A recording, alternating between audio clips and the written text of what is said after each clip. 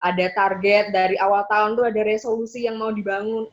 Tapi di bulan Maret akhirnya resolusi itu tuh langsung biar.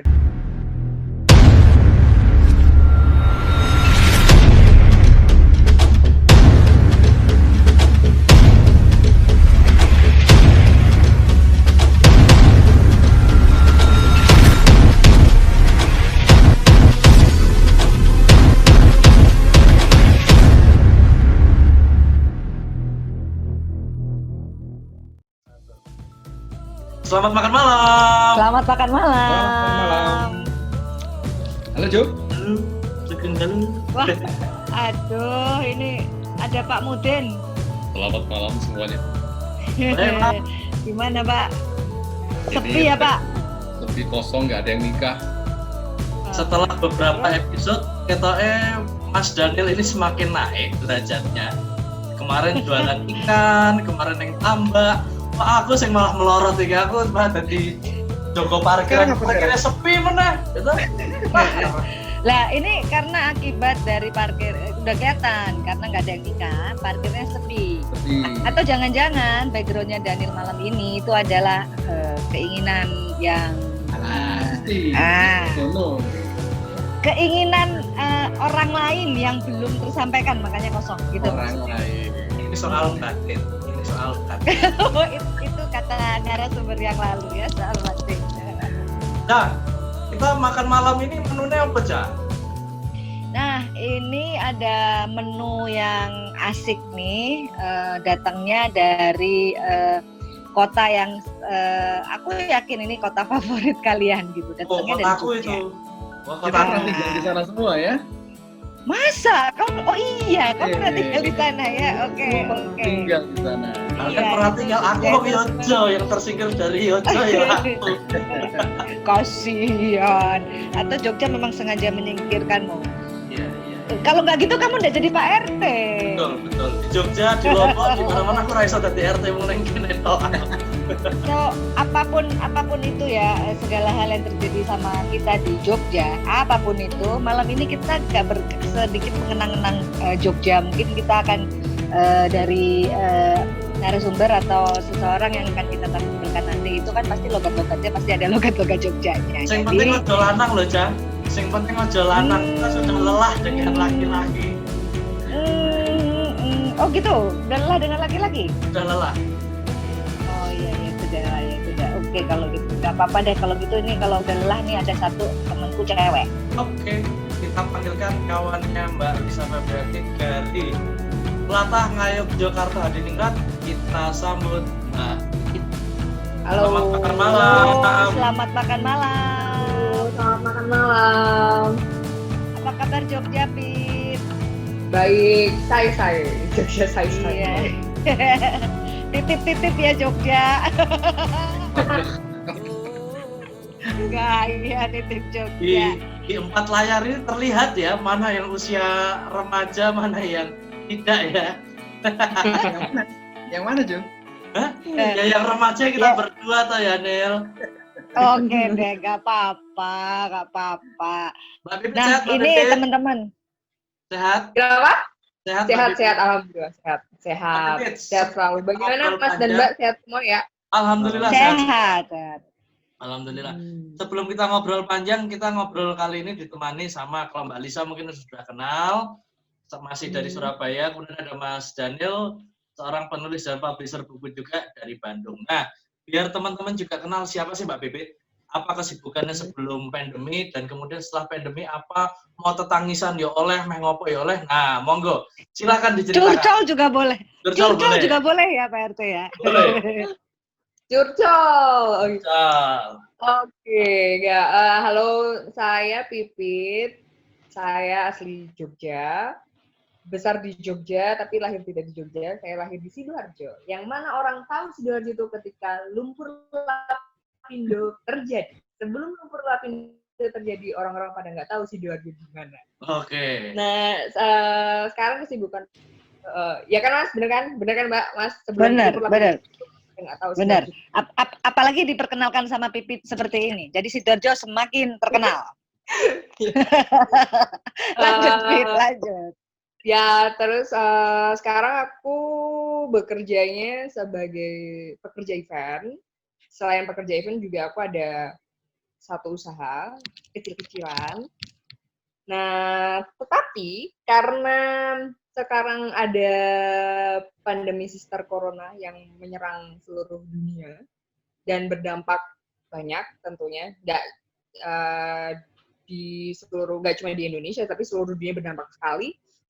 Termasuk salah satunya adalah event. Nah, yang biasanya pekerjaan saya sehari-hari adalah itu di event, karena adanya corona ini akhirnya berdampak sangat tragis menurut saya, tapi nggak masalah. Makanya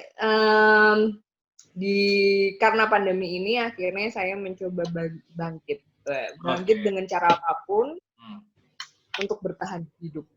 Begitu, Mas dan Mbak. Oke. Itu terjun bebas, Mbak? Kenapa? Event kemarin Pasti terjun dong, bebas. terjun bebas tuh pasti terjun bebas. Pasti ini di luar dari di luar dari bayangan kita ya, yang biasanya tuh adem ayem, santai, ada target dari awal tahun tuh ada resolusi yang mau dibangun. Tapi di bulan Maret akhirnya resolusi itu tuh langsung disusun dari awal tahun kayak gitu, mau A, B, C, D sampai akhir tahun, tapi karena adanya pandemi ini semuanya langsung bubar jalan gitu. Event terakhir yang dikerjakan apa? Event terakhir di Jogja yang dikerjakan? Event terakhir itu pas waktu pandemi itu adalah satu pameran, yaitu tentang kemarin pameran Tinggalan Jumlangan Dalam, jadi kenaikan tahtanya Sultan Hamengkubuwono yang ke-10. Itu terakhir kali aku garap kayak gitu. Itu di bulan Maret kayak gitu sih. Cuman tantangannya adalah pas waktu event itu memang kita kan mulainya di awal Maret ya. Startnya di awal Maret, kemudian berakhirnya itu di awal April juga. Tapi kan pandemi ini mulai naik, itu kan kalau nggak salah 14 Maret.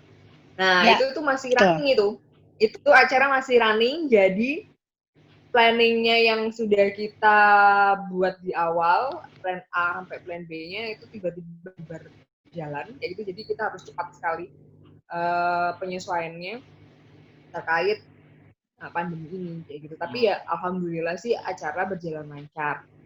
Walaupun misalnya ada target yang meleset nggak masalah, tapi kalau menurutku yang penting semua berjalan lancar dan semua orang-orang baik yang panitia maupun yang pengunjung itu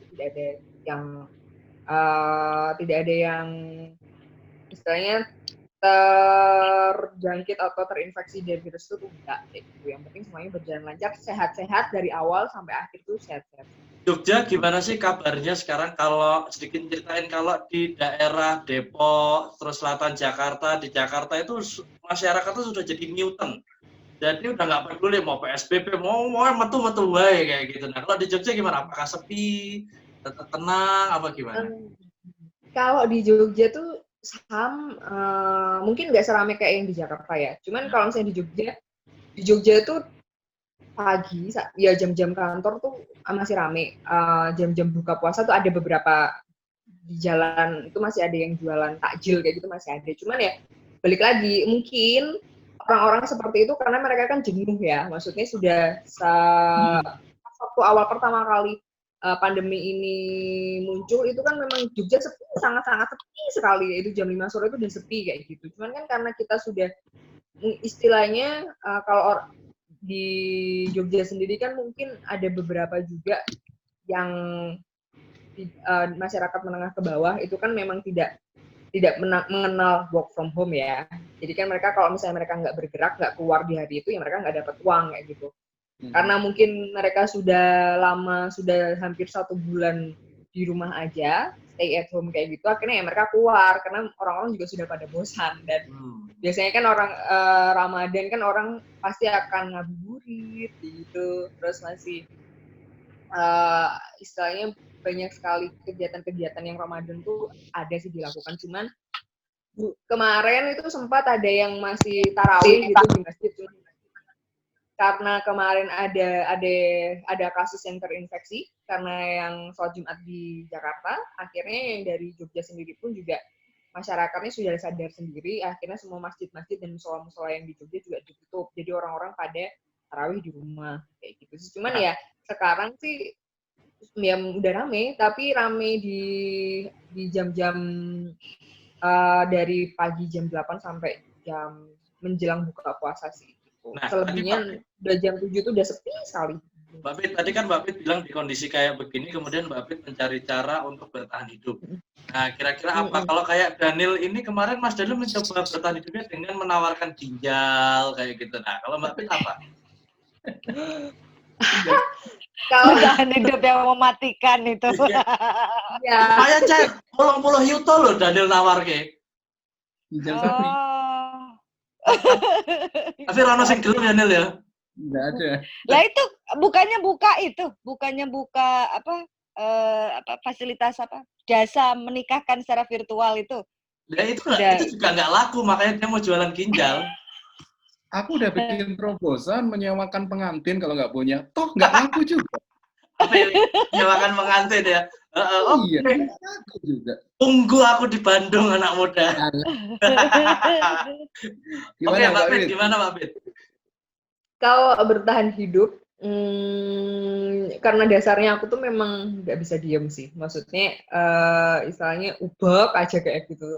Dari kecil emang ubek kayak gitu. Akhirnya aku mencoba untuk berkolaborasi sama temanku untuk berjualan kayak gitu. Berjualan. Mungkin kan sebelumnya aku memang ada usaha, tapi usahanya adalah jualan produk kesehatan sama produk kecantikan. Jadi kayak masker, serum dan sebagainya kayak gitu. Tapi cuman itu kan sambi-sambi ya, kalau yang produk kesehatan dan kecantikan sambi-sambi. Utamanya event. Karena utamanya kan yang event ini, sebagai pekerja event ini. Cuman tak pikir-pikir, karena kan di masa pandemi ini tuh produk kesehatan dan kecantikan tuh bukan kebutuhan primer. Maksudnya itu hanya kebutuhan tersier dan yang sasarannya itu kan hanya golongan tertentu. Maksudnya nggak semuanya, nggak sama general bisa pakai kayak gitu kan produk kesehatan sama kecantikannya itu. Akhirnya aku putar otak dan apa ya yang bisa aku jual untuk menghasilkan cuan kayak gitu. Akhirnya aku mencoba untuk jualan. Pertamanya adalah jualan frozen food, jualan makanan kayak gitu. Kemudian ada beberapa teman aku juga sambat kayak gitu. Mau nggak bantuin aku nih penjualanku turun dan sebagainya. Ya semuanya memang berdampak ya, nggak cuma event aja, tapi ekonomi penjual dan sebagainya pasti juga akan berdampak. Terus akhirnya ya udah nggak apa-apa, yuk kita kolaborasi. Akhirnya aku berkolaborasi dengan teman-temanku. Jadi aku mencoba membuat paket dengan temanku. Misalnya temanku jual sambal pecel dan sambal olahan, aku akhirnya buat paket. Misalnya kalau beli satu frozen food harganya 25.000, satu sambal itu harganya 30.000, akhirnya aku buat paket, kamu bisa dapat sambal dan bisa dapat frozen food seharga 50.000. Misalnya kamu dapat sambal pecel nanti harganya 30.000 kayak gitu. Nah, awalnya itu dapat respon yang bagus, dapat respon yang sangat bagus. Terus ada juga kolaborasi. Aku nggak makanan nih. Kalau misalnya aku jual sepatu gimana ya, nggak masalah. Ayo kita kolaborasi. Akhirnya kita berkolaborasi. Dan karena kan sekarang orang-orang karena efek pandemi ini kan semua orang hampir 90% itu mereka nggak pernah lepas dari gadget. Pasti scrolling handphone, mau scrolling berita, nonton YouTube, searching Facebook, Instagram, Twitter. Nah, akhirnya aku membuat Instagram untuk jualan kolaborasi dengan teman-temanku, yaitu OOTD_by_Si_Pipito. Nah, OOTD itu bukan outfit of the day, cuman opo-opo tak dol. Jadi semuanya di situ kalian bisa dapetin kayak gitu sih. Tapi itu akan terus berkembang. Pak RT bisa juga bagian dari itu nggak? Kalau Pipit kan opo-opo tak dol. Pak RT bisa. Kalau Mbak Pipit kan OOTD. SSTD. Apa itu? Apa tuh? Dol. Sama-sama tak dol. Nah, Ica tak dol. Daniel Payu, Daniel tak dol. Nah, ini Pipit kalau Payu tak dol gitu. Mungkin bisa berkolaborasi antara OOTD sama SSTD. Itu bulan apa, Pak? Bulan apa itu? Itu di bulan Maret, akhir Maret kayak gitu. Oh, sudah Maret sudah. Ya. Betul. Sorry. Itu awalnya aku bukan jualan frozen food sih. Itu aku jualannya adalah alat medis sama sama disinfektan. Jadi kenapa aku ambil itu karena kan ya orang pasti akan panik buying kan, maksudnya orang-orang pada panik beli yang harusnya itu semua langsung diborong kayak gitu. Pada suatu titik itu ada temanku yang benar-benar membutuhkan disinfektan. Nah, dilalah tuh apa ya? Kebetulan kayak gitu. Kebetulan itu Ya, ada basa temanku. Yogya, dilalah ki basa Yogya ya, Ju. Ya. Dilalah sih bahasa Yogya, nanti koncone biasanya ono ujuk-ujuk. Ujuk-ujuk. Bedunduk. Lanjut. Nah, itu kebetulan sekali ada teman aku yang kebetulan dia jadi distributornya salah satu si disinfektan itu. Akhirnya aku mencoba jualan itu kan. Tapi aku ngambilnya nggak kayak orang-orang yang rakus kayak gitu. Nggak, aku ambilnya misalnya 1 karton dulu kayak gitu. Aku jual dengan harga yang benar-benar normal, senormal-normalnya. Memang bukan normal seperti yang kayak di supermarket tuh, enggak ya. Karena kan ya kita tahu sendiri orang pasti akan ya di pabrik itu pasti akan melalui tangan banyak tangan. Kayak gitu kebetulan sih kalau yang aku nggak terlalu banyak tangan. Ya, dari tangan, berarti aku tangan kedua kayak gitu.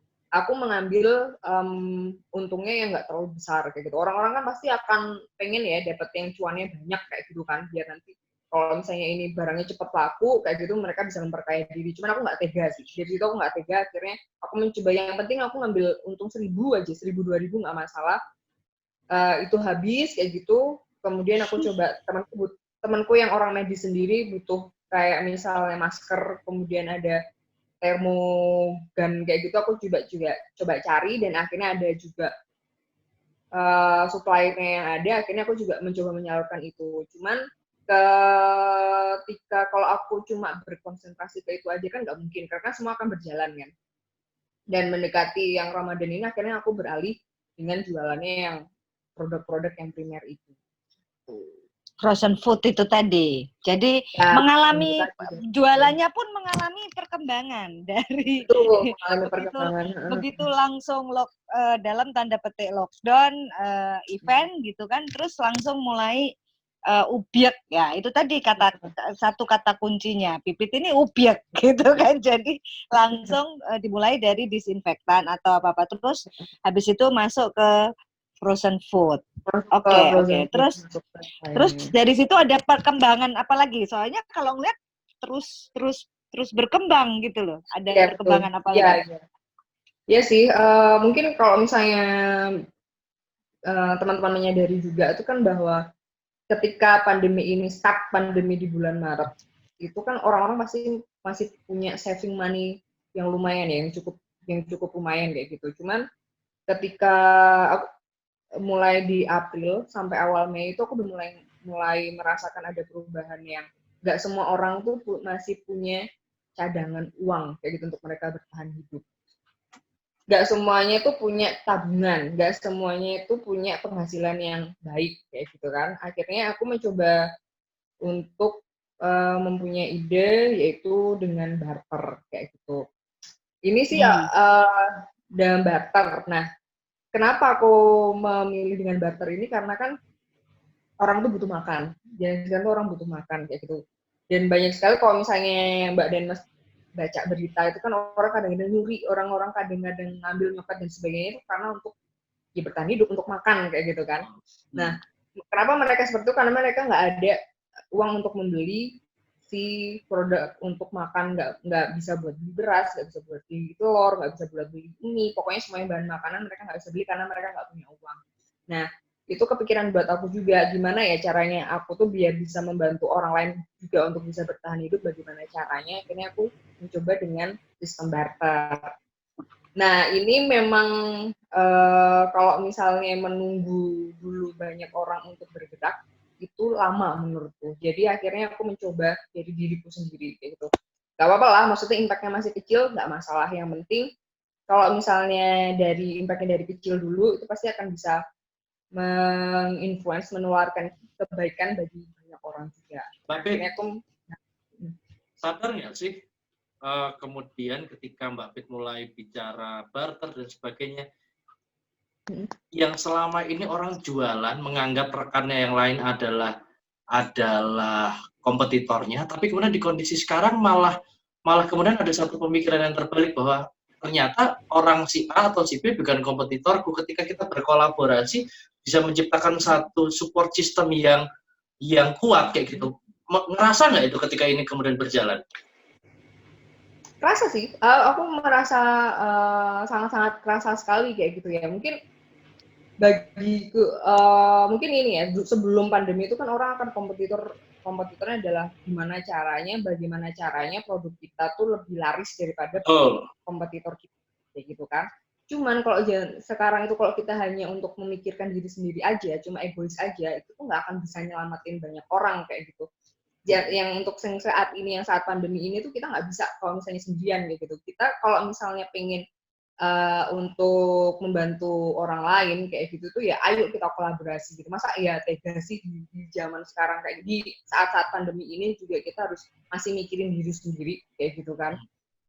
Kalau aku nggak tahu pemikiran orang lain seperti apa. Cuman kalau aku sendiri adalah aku nggak tega kalau misalnya hanya aku dan keluarga aku aja tuh yang baik-baik saja, sementara tetangga kanan kiriku, orang yang paling dekat dengan aku sendiri itu kesusahan kayak gitu. Akhirnya aku mencoba berkolaborasi dengan orang-orang yang mau kayak gitu. Ketika orang-orang tidak mau, ya aku tidak memaksa kayak gitu. Karena semua orang mempunyai pemikiran sendiri-sendiri, semua orang pasti punya pemikiran bagaimana cara bertahan hidup sendiri-sendiri. Dan itu kan nggak bisa disamaratakan gitu kan. Dan menurutku kolaborasi ini sangat-sangat menguntungkan satu sama lain dan saling mengguyur. Saling membantu, saling mensupport satu sama lain, ya untuk demi kebaikan bersama kayak gitu. Untuk dari mana kepikiran idenya kok barter untuk membantu satu sama lain? Inspirasinya dari mana? Kenapa? Idenya dari mana? Inspirasinya itu karena aku sendiri tuh sempat bertukar pikiran dengan banyak orang kayak gitu.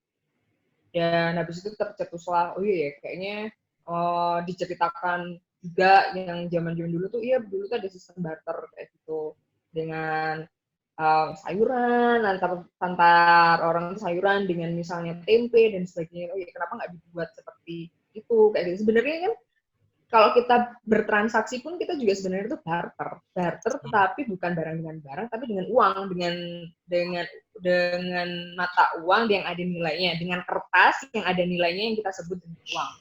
Nah, kenapa nggak kita mencoba back to sejarah kayak gitu dengan barter dengan barang kayak gitu sih.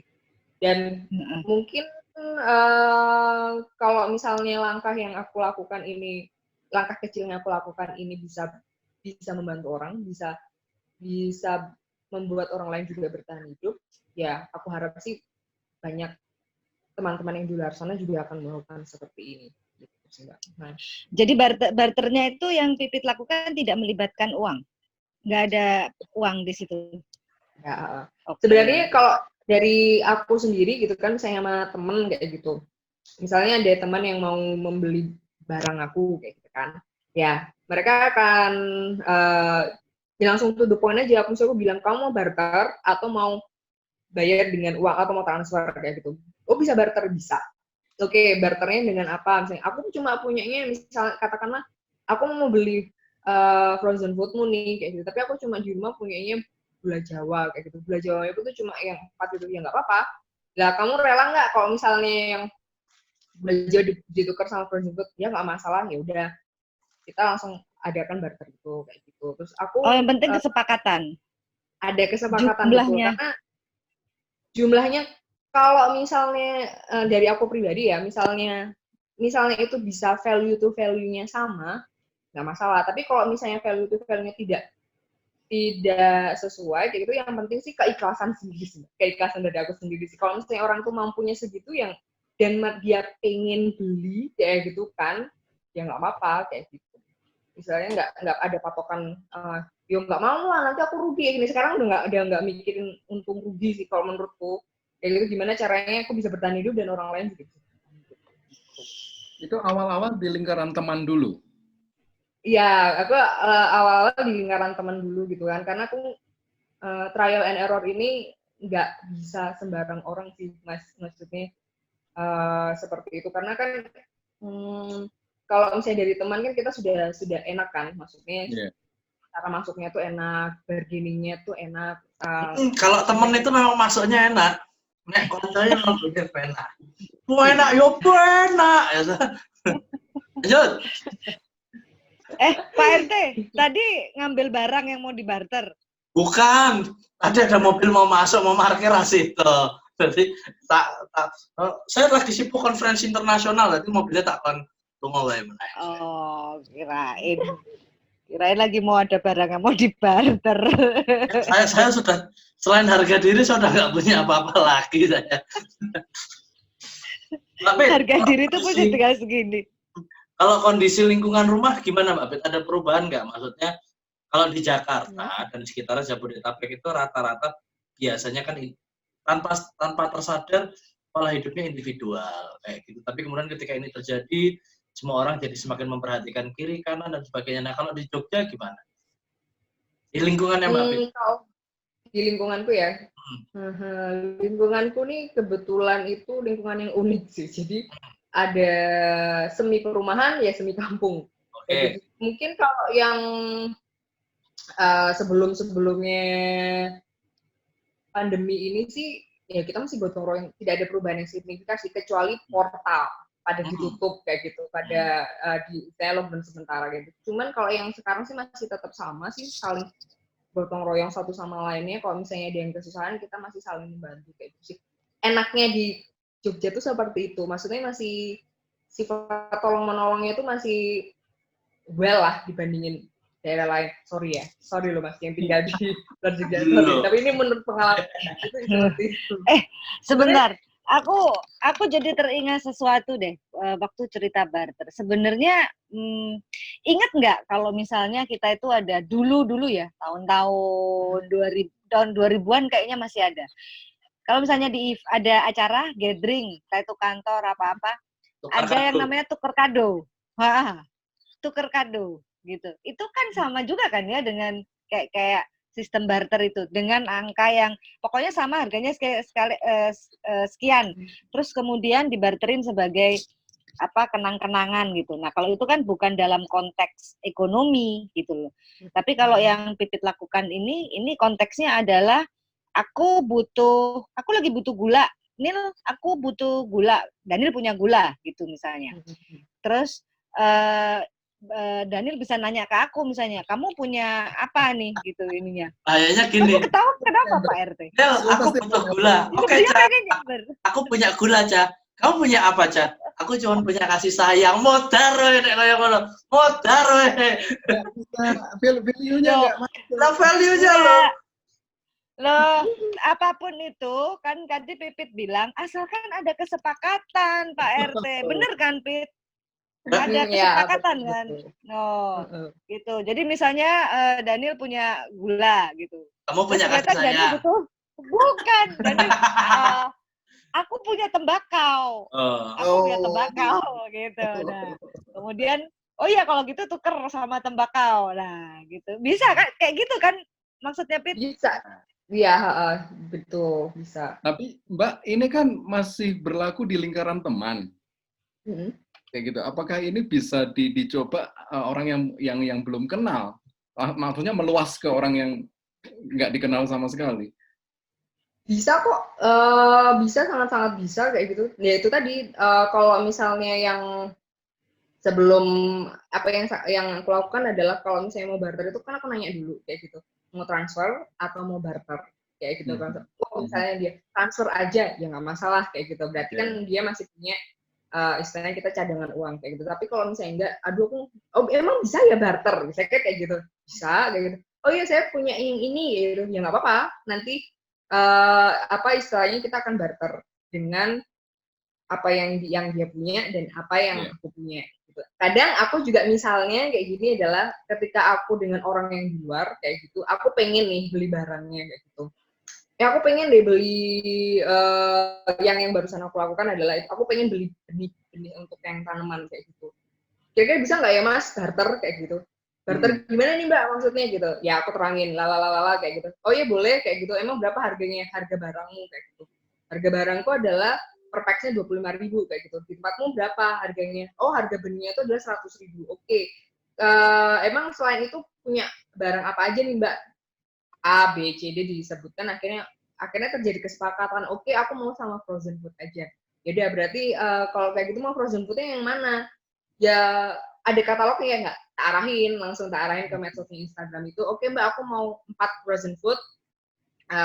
Intinya A, B, C, D ini. Oh ya oke. Terus habis itu nanti kita kan pasti ada ongkos kirim juga kan. Nah, ongkos kirimku untuk sampai ke tempat dia itu tanggunganku. Nanti ongkos kirimnya yang benih itu ke aku, ongkirnya itu tanggungan dia kayak gitu. Jadi udah istilahnya ya kamu nggak perlu bayar ongkir di aku, barangmu pokoknya sampai di tempatmu. Dan aku butuh benih itu juga sampai tempatku. Itu titik temunya Instagram. Kenapa? Titik temunya Instagram. Titik temunya itu sebenarnya bukan Instagram. Itu titik temunya adalah di WhatsApp. Jadi di WhatsApp kayak gitu, terus habis gitu kan kalau Mas dan Mbak memperhatikan status WhatsApp itu semua tuh jadi etalase toko kayak gitu. Apa aja jualan semua tuh apa jualan kayak gitu. Terus habis itu aku tertarik dengan temanku. Saya nggak jualan saya. Saya cuma hari ini Pak RT ada, kalau ada yang mau tanda tangan, bikin surat domisili, saya ready. Nah, kalau etalase saya itu. Oh, itu barter. Itu barter juga nggak? Yora, apa di barter? Oh, enggak. Itu kewajiban Pak RT itu, kewajiban Pak RT. Kirain. Mbak Fit, seandainya COVID ini kondisi seperti ini nggak berhenti, at least sampai tahun depan, 2 tahun lagi, yang kemudian berdampak ke pekerjaannya Mbak Pipit yang terkait dengan crowd kayak begitu. At least dunia event, kita bicara dunia event konvensional gitu ya, yang bicara stage dan sebagainya mati kayak gitu. Nggak bisa dilanjutin, belum bisa dilanjutin. Kepikirannya apa? Pikiranku adalah bagaimana aku akan bertahan hidup sih Mas. Maksudnya apa yang udah aku lakukan sekarang ya tetap tak terusin. Tapi terus saling nyari banyak sekali ilmu. Dan percaya nggak percaya ya Mas Mbak, ini di pandemi ini adalah positifnya itu aku dapat link baru, kayak gitu, dapat keluarga baru.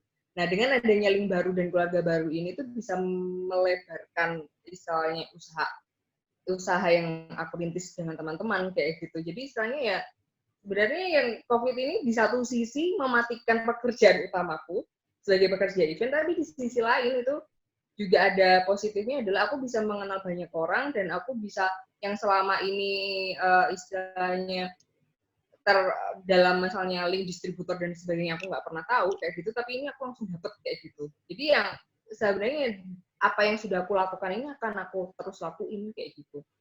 Pun juga pastinya kalau misalnya yang mempunyai tanggungan di bank kayak gitu kan, itu pasti kan juga bisa kita sama-sama saling bernegosiasi lah. Dan pasti kan nggak mungkin lah nggak ada titik temunya. Terus juga ini kan semuanya berdampak nggak cuma di orang kecil, semua sama seluruh dunia itu pasti berdampak kayak gitu. Prinsipku adalah apa yang aku lakuin sekarang, langkah apa yang aku lakuin sekarang sekecil apapun, kalau bisa bermanfaat bagi orang lain, ya akan aku terusin kayak gitu. Dan untuk pikiran yang sebenarnya aku sudah mengenalkan pikiranku sendiri tentang yang event ini. Jadi aku sudah tidak berharap dengan gaji event, kayak gitu aku udah nggak berharap sih. Ketika udah pandemi ini naik, kayak gitu aku udah nggak berharap itu. Jadi gimana caranya aku bertahan hidup ya dengan cara ini. Menyerah bukan pilihan ya. Ada istilah baru, mengenalkan. Betul. Mengenalkan harapan event. Betul. Restart lagi kayak gitu. Jadi kan daripada kita berekspektasi tinggi kan, benar. Daripada kita berekspektasi tinggi, ini pasti event akan ini. Jadi zaman sekarang nggak akan. Kalau kamu ekspektasi tinggi nanti sakit. Kalau jatuhnya sakit nanti berantes Mas gitu. Berantes Pak RT. Kalau jatuh sakit Pak RT. Pak RT. Apalagi kalau jatuhnya di tempat parkir. Sakit Pak RT. Mengenalkan itu Pak RT. Kalau bahasa Jermannya itu ajan rimo. Nah, itu bahasa Jermannya ajan rimo. Mbak Pit, kan banyak teman-teman Mbak Pit yang juga di dunia event, di dunia pertunjukan, dunia showbiz dan sebagainya yang tidak semuanya bisa seperti Mbak Pipit. Artinya tidak semuanya bisa berpikiran, wah, ini kudu ngopo. Banyak juga kawan-kawan yang namanya manusia. kemudian mengeluh dan sebagainya. Tapi Mbak Pipit sepakat nggak bahwa ketika kita sudah berani memutuskan hidup sebagai seniman, apapun jenis seninya kayak gitu, cengeng itu bukan pilihan, menyerah bukan pilihan. Sepakat nggak seperti itu? Sepakat dong, sepakat. Menyerah tuh bukan pilihan kayak gitu. Kita masih dikasih 2 tangan, 2 kaki, masih dikasih, kita masih bisa hidup, kita masih bisa bernafas, otak masih bekerja kayak gitu. Kalau menyerah tuh ya ngapain kayak gitu. Ini aset yang dikasih Tuhan sama kita gitu loh. Kalau misalnya kita buat menyerah ya ngapain? Jadi mendingan kita optimalin. Dan jangan pernah kita membanding-bandingkan apa yang kita lakukan ini, udah orang itu udah sampai sini, jangan. Orang-orang tuh udah punya path sendiri, udah punya jalan hidup sendiri, jadi lakuin apa yang kita lakuin kayak gitu. Nggak usah mikirin pikiran orang, kata-kata orang, ih kamu begini, kamu begitu tuh nggak akan. Nanti mati pelan-pelan. Nggak maju-maju, mundur terus. Sebentar toh, aku tuh dari tadi tuh melihat rona-rona wajahnya. Pak RT perhatikan nggak di bagaimana cara Daniel tuh memandang layar itu? Kayaknya hari ini dia kok banyak kelakep ya Pak RT? Ya karena dia jarang melihat perempuan dia. Dia tuh jarang melihat perempuan. Jadi sesuatu yang unik. Nah, aku tahu di otaknya Daniel tuh sudah mulai merencanakan neng omahku apa ya sing iso tak barter Mbak Pipit. Oh, otaknya wis kaya ngono lho. Otaknya wis kaya ngono. Kita Nomor sepatu berapa, Mbak? Pakainya teklek, Mas. Teklek cemplung kalen. Mbak Pipit, sebagai pekerja event yang salah satu dunia usaha terdampak, boleh dong pesan buat teman-teman yang seprofesi sama Mbak Pipit. Kasih mereka pesan-pesan dong, seperti apa menghadapi ini semua. Setidaknya dari apa yang sudah Mbak Pipit alami, rasakan, dan lakukan.